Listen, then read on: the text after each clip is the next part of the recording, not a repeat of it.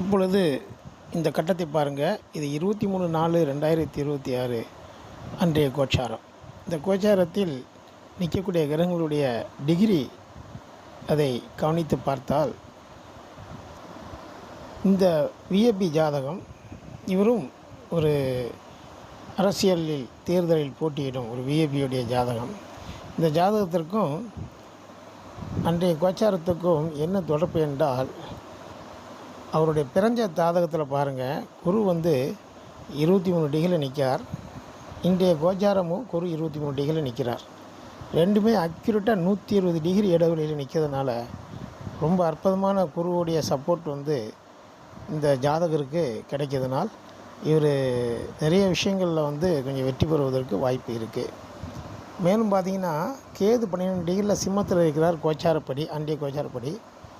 அந்த ஜாதகருடைய கட்டத்தில் கடகத்தில் செவ்வாயை 14 டிகிரி இருப்பதால், கேது செவ்வாயை தொடப்போவதால் பல சட்ட சிக்கல்கள், சட்ட தண்டனைகள், கோர்ட்டு கேஸு, மன அழுத்தம், குடும்ப பிரச்சனை, தொழில் பிரச்சனை, வாக்கு கொடுத்துட்டு நிறைவேற்ற முடியாத நிலைகள் எல்லாமே இந்த சைடில் பார்த்திங்கன்னா கேது சந்திக்க போவது இந்த செவ்வாயை.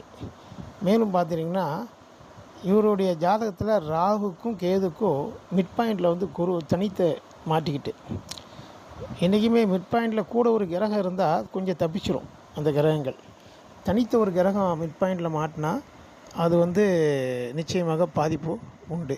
அப்போ மிட் பாயிண்டில் மாட்டி இப்போ கோச்சாரப்படி அதே கட்டத்தில் குருவை தாண்டி ராகு இப்போ போய்கொண்டிருக்கிறார்.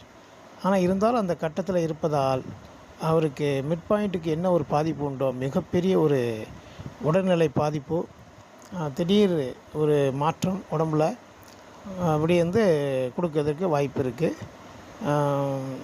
ஏதாவது ஒரு விஷயங்களில் உடல் பாதிக்கப்படுதல் அப்படிலாம் நம்ம எடுத்துக்கிட்டு இந்த காலகட்டத்தில் இது ஒரு பாதிப்பு கொஞ்சம் இருந்துகிட்ருக்கு.